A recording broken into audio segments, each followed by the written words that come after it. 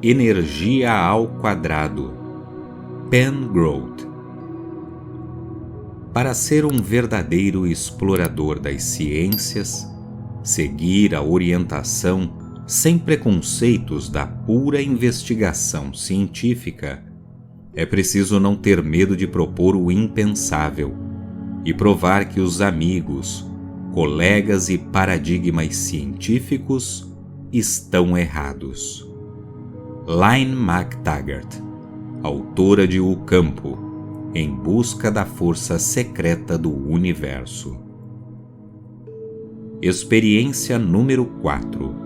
O princípio abracadabra.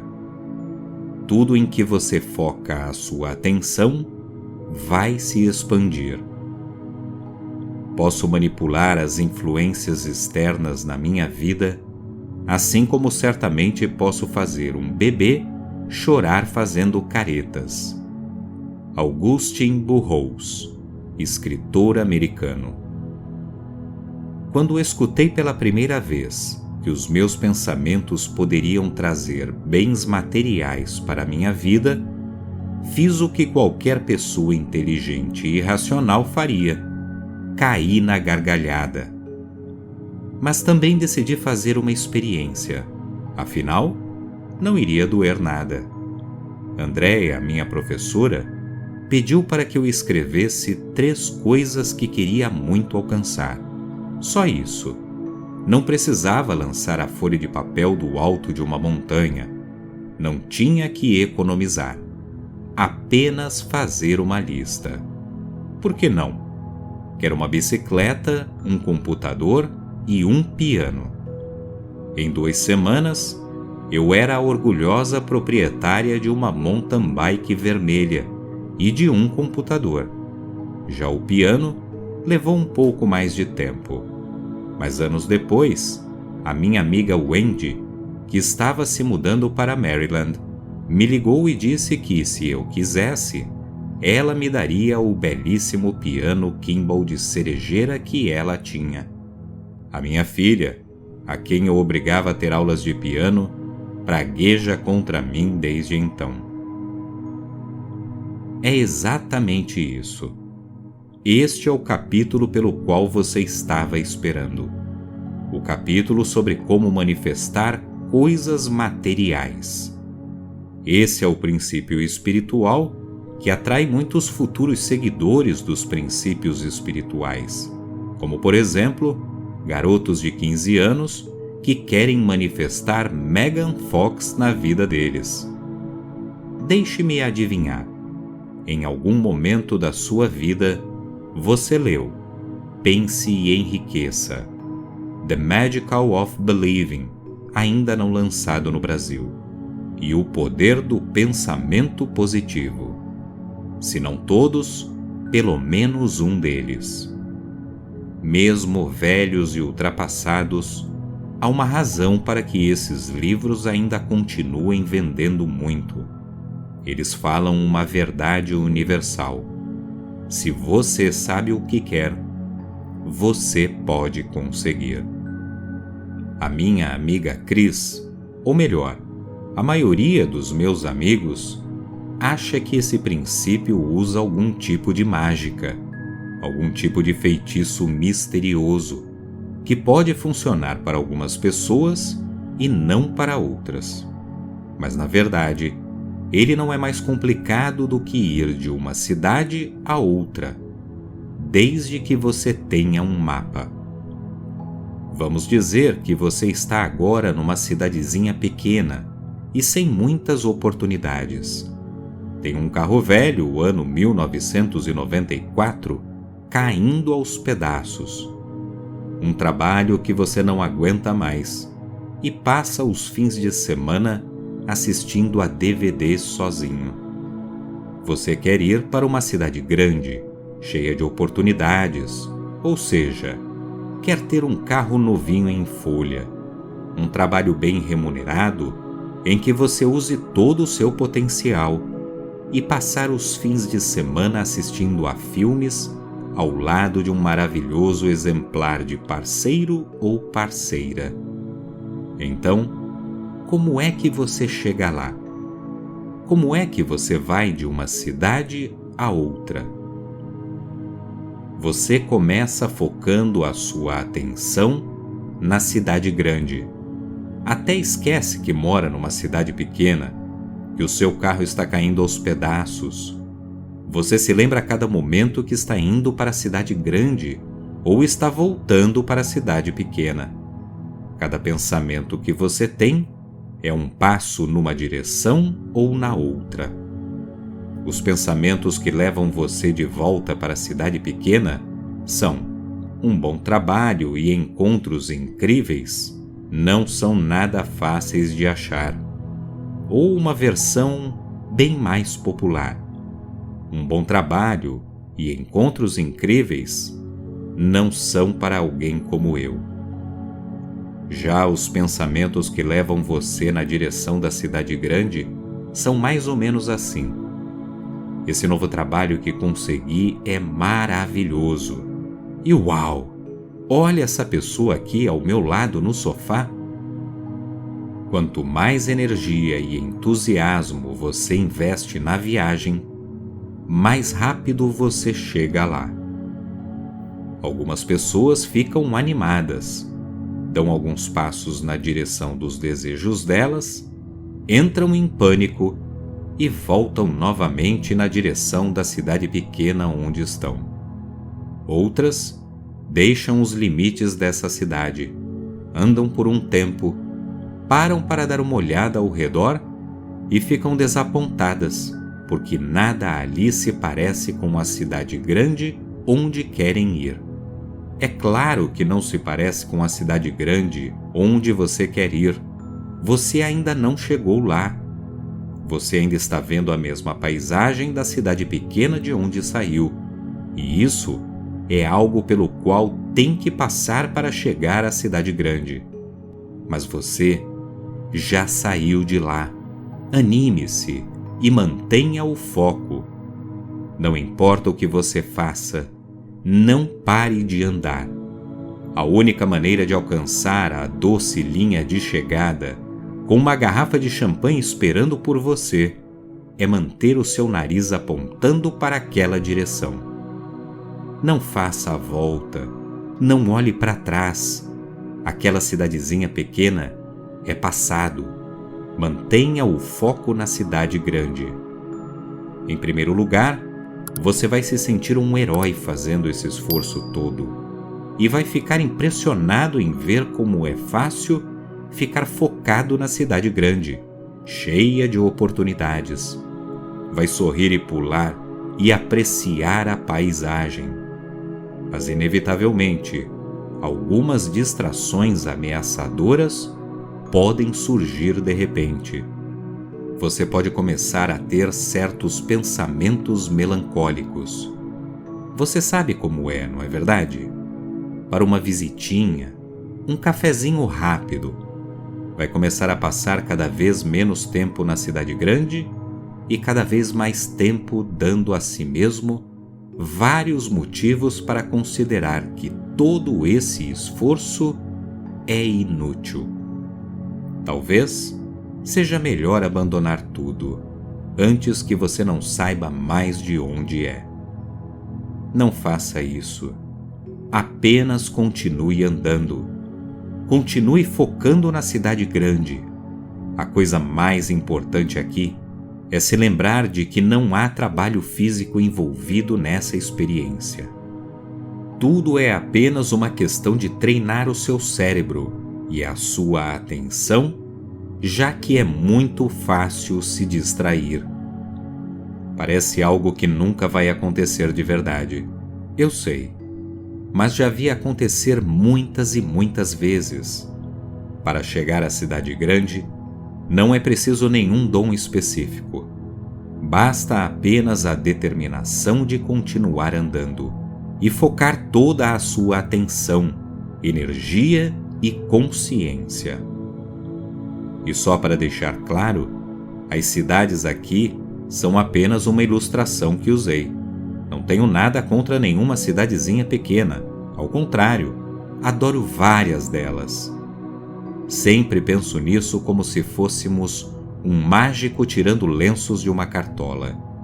Se você conseguir segurar firme na ponta de um dos lenços, conseguirá puxar todos eles. É só isso que precisa. Uma pontinha do lenço. Decida o que você quer e mantenha o foco até que tenha conseguido tudo. O que você pode manifestar? Qualquer coisa que você já viu, ouviu ou experimentou. O mundo é basicamente o seu próprio catálogo de compras. Se você viu ou mesmo se pode imaginar, agarre a ponta do lenço e comece a puxar. Talvez eu deva ser mais específica. Por exemplo, a cidade grande do meu amigo Dom é um violão Martin. Violões Martin são caríssimos. Os modelos mais baratos devem custar mais de $1.000. E embora Dom não tenha dinheiro para comprá-lo, fez a intenção de ter um. Ele não fez mais nada, apenas continuou acreditando, focando a atenção dele naquele violão. E um dia, de algum modo, ele conseguiu um. Algum tempo depois de fazer a intenção, ele recebeu um telefonema da mãe. O seu pai acabou de comprar um violão velho por $5 numa venda de garagem. Achamos que a Daisy vai gostar de brincar com ele. Bem, o brinquedinho para Daisy, a filha de Dom, era na verdade um violão Martin raríssimo, de 1943, de uma edição de apenas 100 unidades. O mesmo violão que Eric Clapton usa, e vale alguma coisa perto de $20.000. Parece que Daisy vai ter que esperar para herdá-lo no testamento de Dom. Mesmo que esse princípio seja o farol que representa tudo que as pessoas pensam que querem, férias na Jamaica, uma casa na praia e por aí vai, na verdade ele é uma hierarquia de necessidades. É apenas o primeiro, talvez o segundo degrau. Você precisa dominar este princípio, é claro, de modo que possa tirar a sua atenção das preocupações e saber a verdade sobre quem é. Mas nenhuma dessas coisas é o que você realmente quer, não é mesmo? Jesus não poderia ter trazido Lázaro de volta à vida e multiplicado todos aqueles pães e peixes se estivesse preocupado com casas na praia. Mas não quero fazer você se sentir culpado por querer uma casa na praia. Não há nada de errado com uma casa na praia ou qualquer outra coisa material que queira. Não se sinta culpado. Se você quer algo, persiga tal coisa com todo o seu coração e a sua força. Apenas saiba que existem degraus mais altos e que a maioria das pessoas acumula bens materiais por medo. E medo, no fim das contas, é tudo do que estamos tentando nos libertar. O Espírito Maior está em toda a parte. Não é necessário falar com ele em voz alta.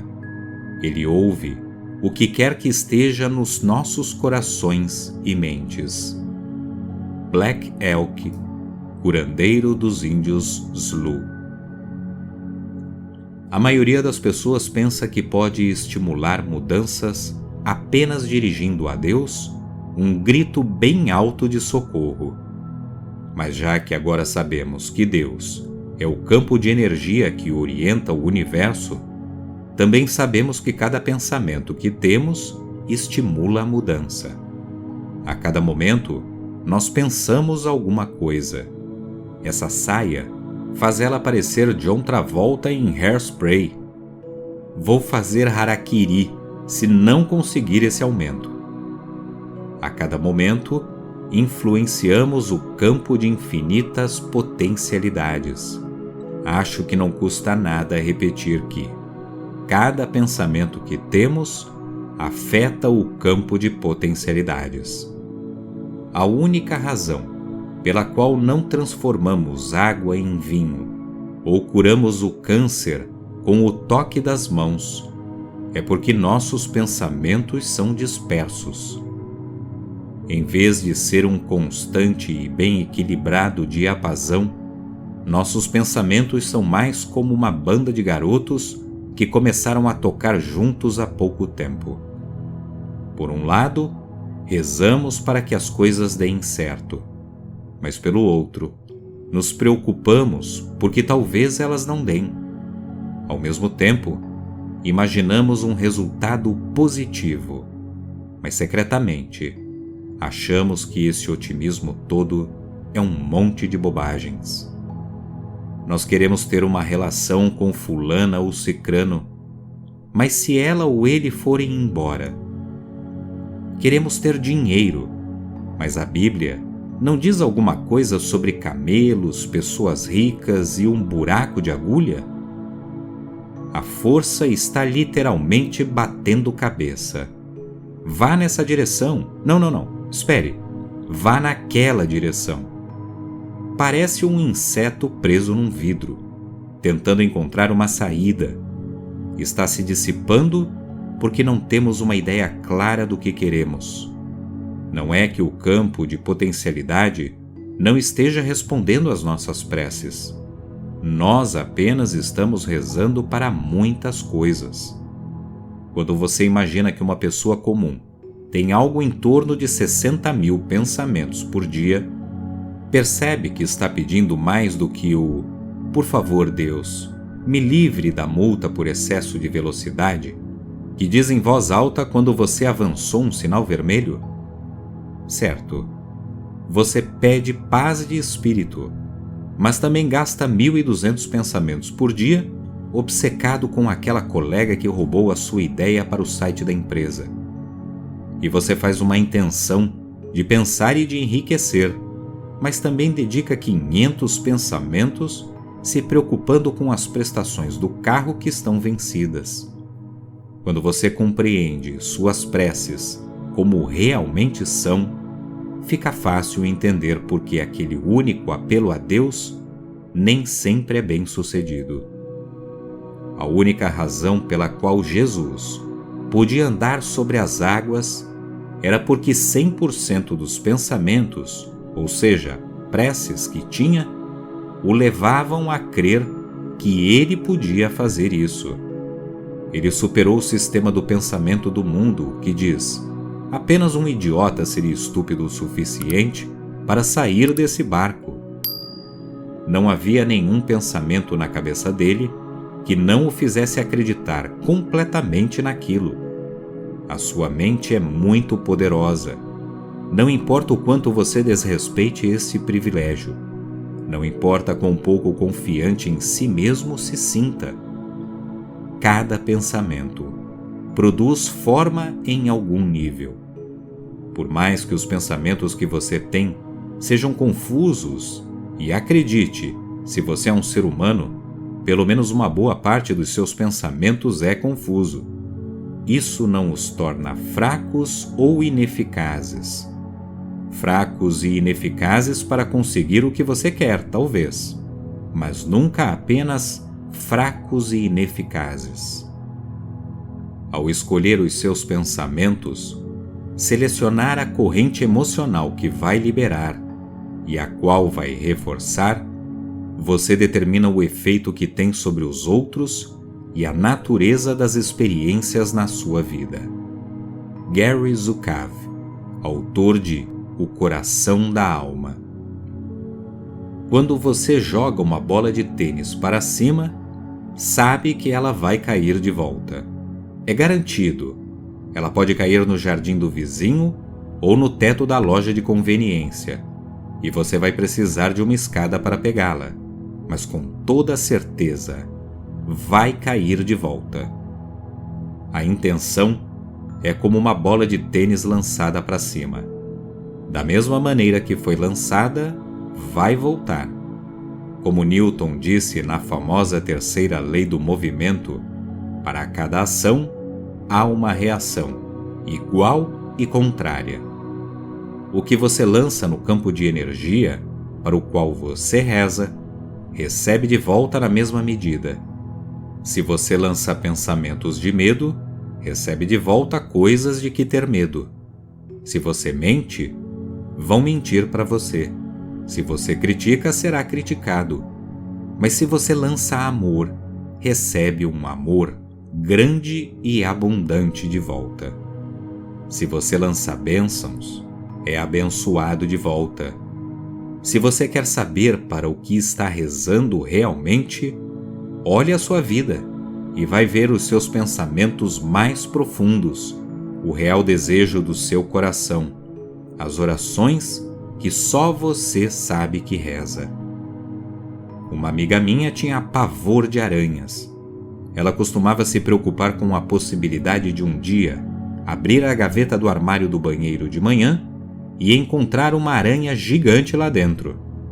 Esse pensamento sem sentido passou pela cabeça dela todas as manhãs durante meses a fio, até que ela abriu a gaveta e havia uma aranha enorme e peluda lá. Para dizer de outra maneira, o pensamento é criativo. Os pensamentos que você tem, consciente ou inconscientemente, criam o que você vê na sua vida. Cada pensamento tem uma certa vibração. Ele volta para você como um bumerangue, de acordo com a frequência e a profundidade que tem. Os seus pensamentos aparecem na sua vida na proporção da constância, da intensidade e da força deles. Tem um monte de gente dentro de mim. Pradeep Venugopal, blogueiro indiano. A sua mente está comprometida num confronto permanente entre as diferentes e conflitantes partes de si mesmo. Essas intenções despedaçadas, se você as deixar, colocam todo tipo de dinâmica em movimento. Vamos dizer que você tenha uma intenção consciente de comprar uma casa nova. No mesmo momento em que coloca essa intenção em movimento, lança simultaneamente um medo inconsciente, mas igualmente poderoso, do pagamento das prestações. Você começa a se afligir com a taxa de juros e a se preocupar com o acompanhamento da reforma, e isso lança ainda mais intenções inconscientes. Se essas intenções de medo inconscientes são mais fortes do que as intenções conscientes do desejo, bem, adivinhe quem sai vencendo. A dinâmica de lançar intenções opostas pode produzir confusão e dúvida. Quando você se abre para novas percepções e desejos e simultaneamente experimenta medo e angústia, inicia uma batalha dentro de si mesmo. E a coisa não para. Você começa a duvidar de que fazer intenções funciona realmente, ou pelo menos conclui que isso não funciona no seu caso. Fica desencorajado e começa a acreditar que a vida e as circunstâncias são mais fortes do que você. Mas acredite, não são, não mesmo. As suas intenções conflitantes estão simplesmente criando turbulência no campo de potencialidades. Os seus pensamentos são extremamente poderosos, mas o campo de potencialidades não responde apenas aos seus apelos. Vou repetir mais uma vez. Ele responde a cada pensamento que você tem, consciente ou inconscientemente, estabelecendo uma verdadeira batalha entre lados opostos. Aqui estão 4 das batalhas mais comuns. Número 1. O hábito. Nós, seres humanos, temos uma tendência irritante de estabelecer padrões de repetição. Lembra daqueles 60 mil pensamentos por dia que mencionei anteriormente? Então, pelo menos 1000 são exatamente os mesmos pensamentos que você teve no dia anterior. Os cientistas nos dizem que 98% dos 60 mil pensamentos por dia que temos são repetições. O meu vizinho tem uma cerca elétrica Não dá para vê-la, mas se o cachorrinho dele se atreve a botar o pé para fora dos limites, leva um choque. Somos iguais a esse cachorrinho, aprisionados pelas nossas crenças invisíveis. Em vez de usar nossos pensamentos para ter novas ideias, para pedir respostas para os grandes mistérios da vida, nós os desperdiçamos com coisas triviais, sem importância e completamente sem sentido. Dê uma olhadinha nas manchetes de uma revista feminina nas bancas. Como perder a barriga em 3 semanas. Dicas de última hora para muito mais glamour. Quiz. O seu namorado ama mesmo você? Será que não temos nada melhor para pensar? Se todas as leitoras das revistas femininas se perguntassem, ao invés disso, o que posso fazer para aprimorar a minha alma? Ou então, como posso tornar o mundo um lugar mais amoroso? Os grandes problemas de que temos tanto medo se resolveriam em apenas 1 ano. Uma quantidade imensa de pessoas se concentrando em questões como essas seriam uma força incontrolável. Número 2. A publicidade. Os anunciantes gastam bilhões de dólares por ano para tentar convencê-lo de que, sem os produtos deles, você é um completo e total fracassado. Os modelos dos anúncios são a razão por que nos tornamos insatisfeitos com o que temos e com quem somos. Um norte-americano comum vê entre 1.500 e 3.000 comerciais por dia. Mesmo aqueles que não assistem à televisão são constantemente convidados ao consumo. Tudo na nossa sociedade foi pensado para fazer propaganda. Os anúncios mais perigosos, no que me diz respeito, são os dos novos medicamentos, porque eles ensinam as pessoas a ficarem doentes. Já fizeram um bom trabalho nos convencendo de que precisamos de desodorantes cada vez mais eficazes, enxaguante bucal e 2 pizzas pelo preço de uma. Agora, estão investindo numa nova área, nos ensinando a ficar doentes. Steven Pressfield, autor do best-seller The Legend of Bagger Vance e de outros livros, disse que a ex-agência de propaganda dele o instruiu a inventar uma doença qualquer, porque assim eles podiam vender um monte de outras coisas. Número 3. A cabeça das pessoas. Como as ondas de rádio que vagam pela atmosfera, os pensamentos das outras pessoas constantemente bombardeiam você também. Você conscientemente recolhe os pensamentos da sua família, da sua cultura e da sua religião, mesmo que não a pratique ativamente. Uma vez conheci um cara que tinha inventado vários produtos, inclusive muitos que você e eu usamos no dia a dia. Ele era comumente chamado de gênio, mas se lhe pedissem para fazer um teste de avaliação de estudantes, teria sido mandado de volta para o 1º ano.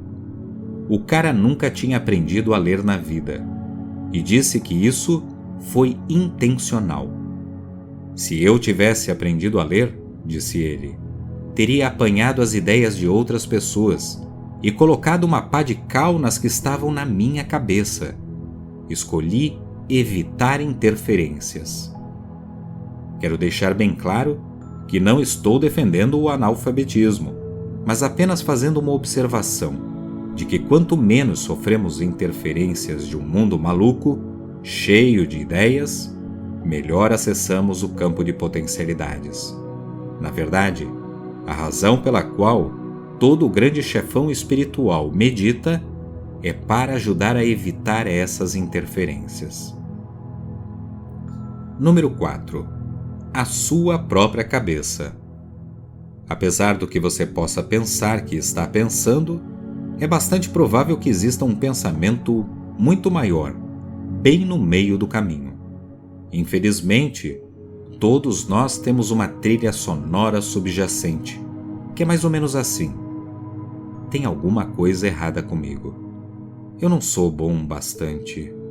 Não sei fazer nada especial. Não mereço isso. Não posso fazer isso. É difícil demais.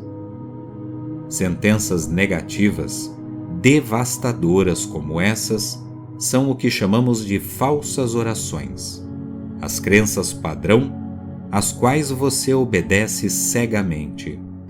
A notícia ruim é que elas atuam como se fosse verdade. Elas são uma espécie de amuleto pessoal que você, sem querer, carrega para todo lado. E você não sonharia em enfrentar a vida sem elas. Por quê? Bem, elas são muito familiares. Quando comecei a escrever para revistas, tinha um complexo de inferioridade que não cabia num estádio de futebol. Tudo porque eu era de uma cidade do meio-oeste dos Estados Unidos e não podia imaginar que tivesse alguma coisa a dizer para um editor descolado de Nova York. Embora tenha enviado muito material de histórias com as minhas ideias, realmente não esperava vender nenhuma delas. Afinal, sabia que elas não eram suficientemente interessantes para circularem naquelas revistas. Na melhor das hipóteses, imaginei que algumas poderiam ficar de stand-by. Não é preciso dizer que recebi uma série de cartas de recusa, tantas que davam para cobrir todos os muros da minha cidade. Os editores não me disseram para desistir, mas também não me encorajaram a continuar escrevendo. Então li um livro chamado Write for Your Life, de Lawrence Block.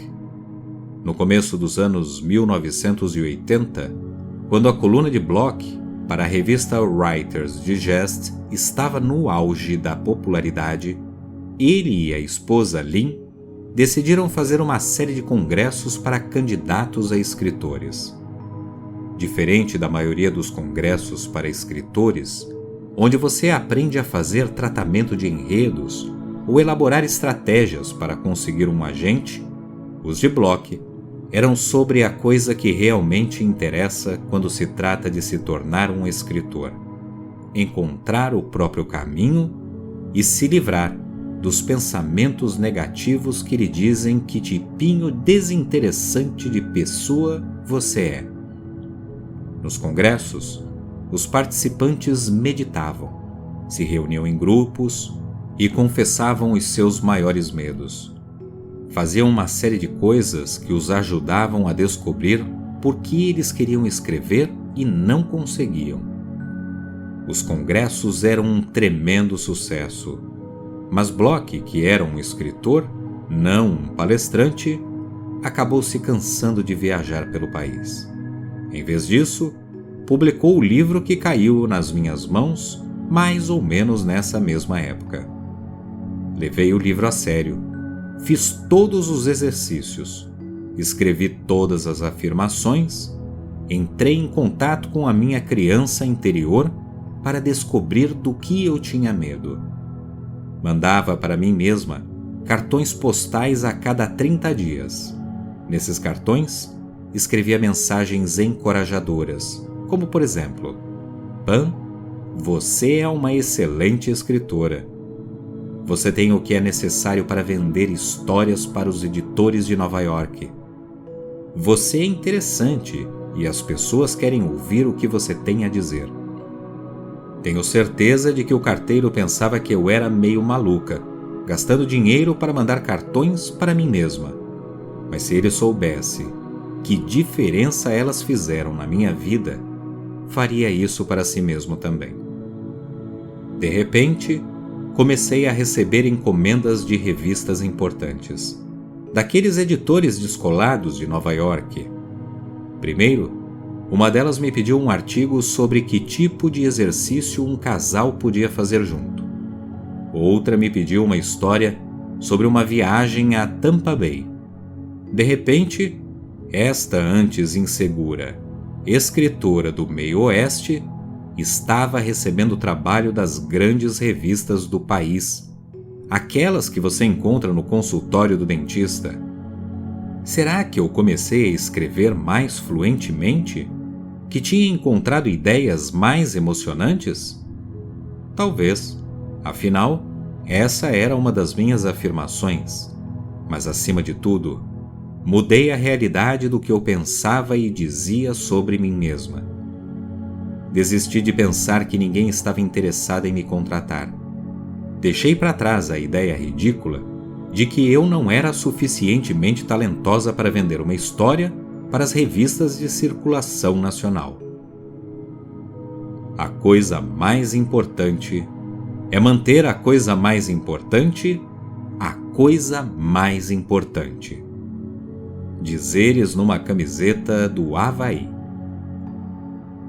O diretor de cinema Michael Moore, ao começar um discurso, disse à plateia as seguintes palavras: "Vocês, rapazes, têm que aprender que, quando se desiste de uma garota, ela corre atrás de você." Em certo sentido, as nossas intenções funcionam da mesma maneira. Ao acreditar que precisamos desesperadamente de um milagre ou de alguma coisa que não temos nesse momento, negamos a verdade. Nós adotamos uma atitude errada.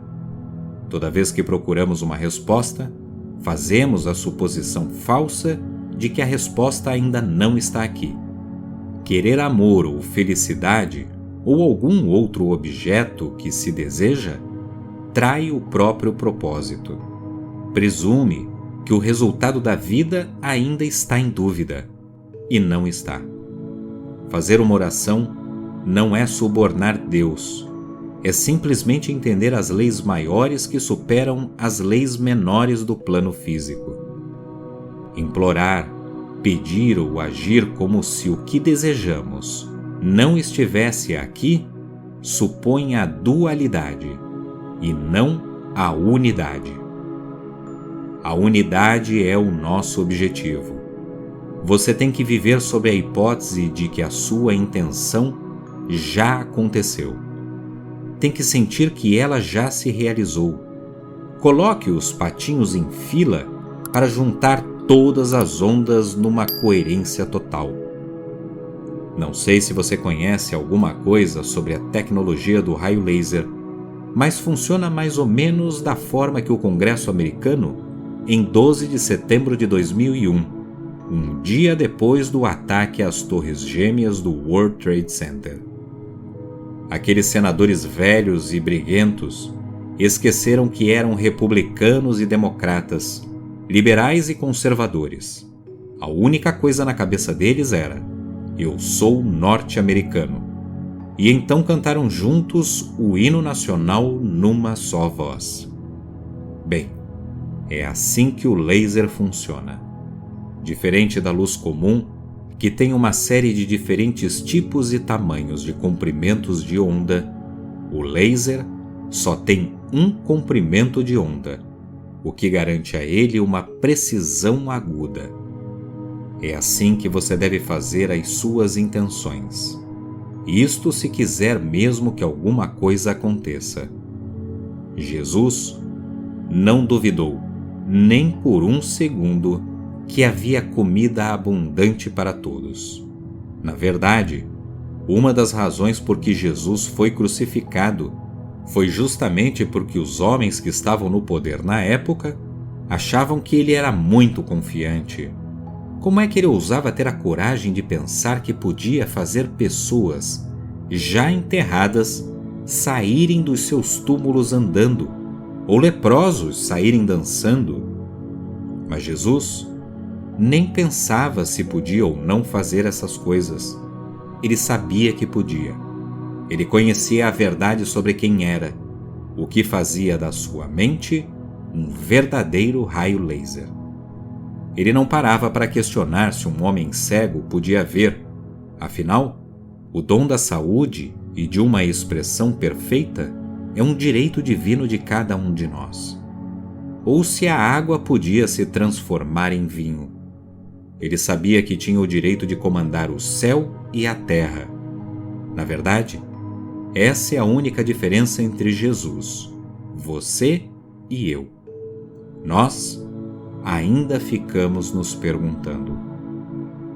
Se você for estudar aramaico, que era a língua falada por Jesus, vai ver que a raiz da palavra pedir significa mais do que, bem, se não for incomodar muito. Pedir em aramaico é uma combinação de afirmar, como por exemplo, a escritura dessa casa é minha, e exigir. Pedir alguma coisa numa oração é simplesmente segurar aquilo que é seu. Você tem o direito e mesmo a responsabilidade de comandar a sua vida. Como podemos ter certeza disso? Você me pergunta. Do mesmo jeito que você tem certeza de que 2 mais 2 é igual a 4, porque é um princípio matemático simples e inalterável. Se você somar 2 e 2 e encontrar 5, não é culpa da matemática. Da mesma forma, se você não está encontrando as respostas que procura, não é culpa do campo de potencialidades. É você que está deteriorando o princípio. As intenções que estão focadas numa personalidade inteira e integrada são como laser, um raio único e claro. Um navio no porto está seguro, mas não foi para isso que um navio foi feito. Benazir Bhutto, ex-primeira-ministra do Paquistão. Quando tinha 34 anos, o escritor Augustine Burroughs decidiu parar de beber e se tornar um autor da lista dos mais vendidos do New York Times. Como ele diz nas memórias que escreveu, a distância entre um revisor alcoólatra, na miséria, e uma sensação literária que recebeu uma série de críticas maravilhosas parecia muito grande. Era um Grand Canyon virtual. Mesmo assim, um dia, decidiu que era isso que iria almejar. 14 dias depois, ele terminou seu primeiro romance. Eu não esperava que ele se tornasse um best-seller. Era um livro para ser lido comendo pipoca. Eu apenas esperava que ele fosse publicado. Em seguida, escreveu um livro de memórias sobre a infância que teve. E esse livro, eu decidi, precisava ser um best-seller do New York Times, ocupando os primeiros lugares da lista de mais vendidos. Tinha que ser traduzido para várias línguas e virar um filme. Assim ele escreveu. O agente literário sugeriu que ele não criasse tantas expectativas. Entendi o ponto de vista dele, explicou Augustine. Mas também entendi que o livro seria um sucesso. Não porque fosse excepcionalmente bem escrito, mas porque tinha que ser um best-seller, de forma que eu pudesse deixar o meu emprego sem graça no mercado publicitário para escrever em tempo integral. O livro de memórias dele, Correndo com Tesouras, ficou 70 semanas consecutivas na lista de mais vendidos do New York Times. Até o momento, ele já foi publicado em 15 países e virou um filme estrelado pela maravilhosa Annette Bening. Sorte? A realização por acaso dos desejos egoístas de um homem desesperado? Assim se pergunta Augustine. Não, nada é por acaso. É maior do que nós dois, Ollie. Stan Lauren, da dupla de comediantes O Gordo e o Magro. As pessoas com frequência me dizem: eu não rezo, é uma perda de tempo, assim como acreditar em Papai Noel e Saci Pererê. E a minha resposta? É impossível parar de rezar. Não dá para fazer isso. Thomas Merton, um místico cristão, dizia que nós rezamos respirando.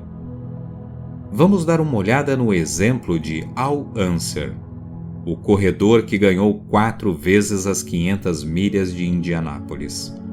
A última vez, 5 dias depois de completar 48 anos. Ele não chama de rezar, mas quando ganhou a corrida, demonstrou o verdadeiro poder de rezar.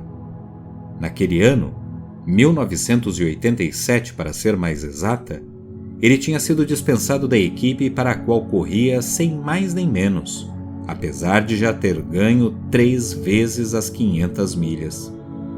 Pela primeira vez em 22 anos, parecia que ele tinha que ver a corrida da arquibancada. Os patrocinadores e muitas outras pessoas diziam que ele já era. Mas na cabeça dele, a cada pensamento que tinha, Unser sabia que não estava velho demais para a corrida. Ele sabia que ainda podia vencer.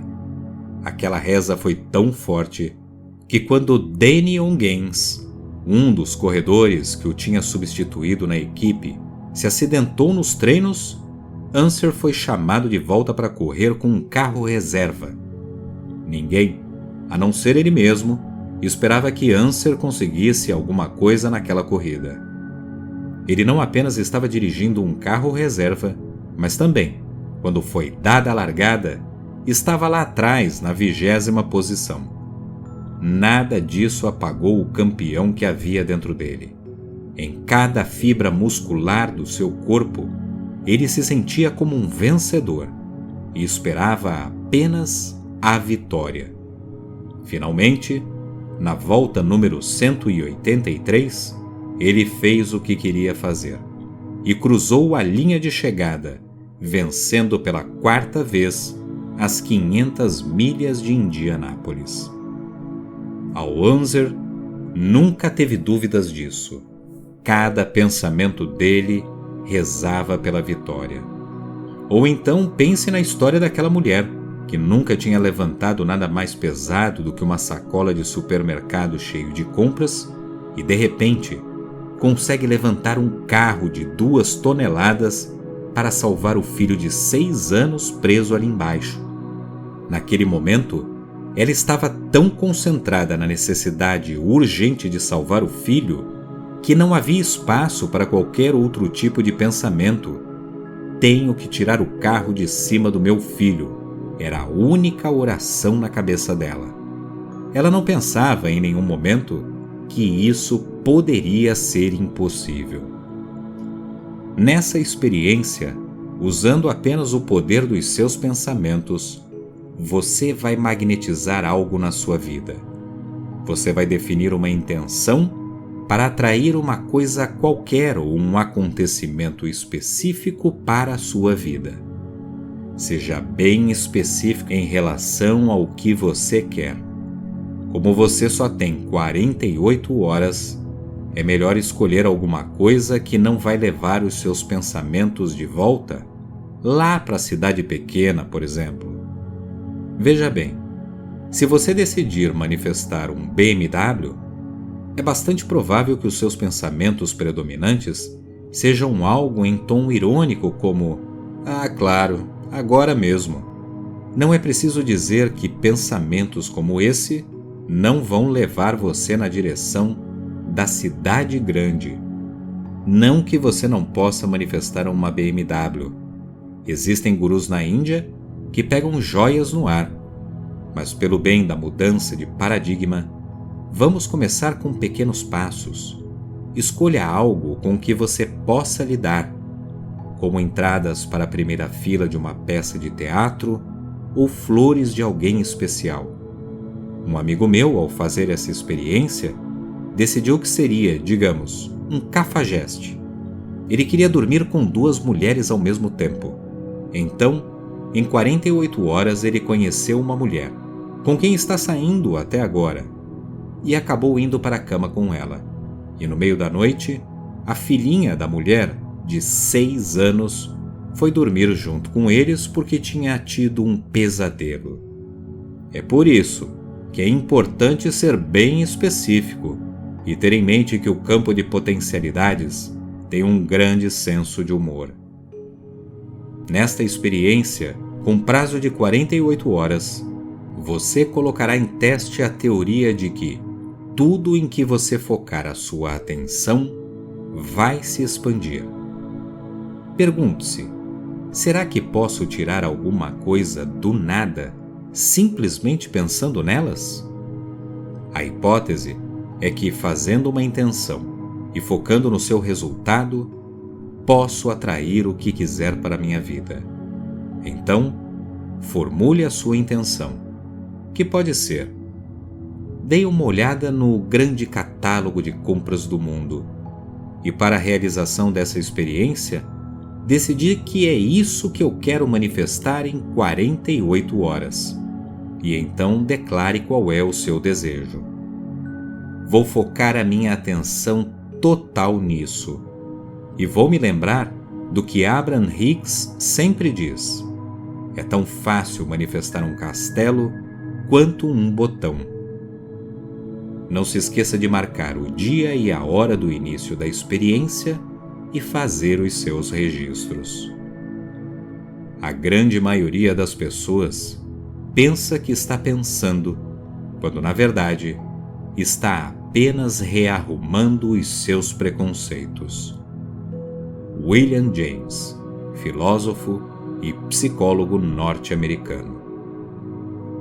Continuaremos na parte 5.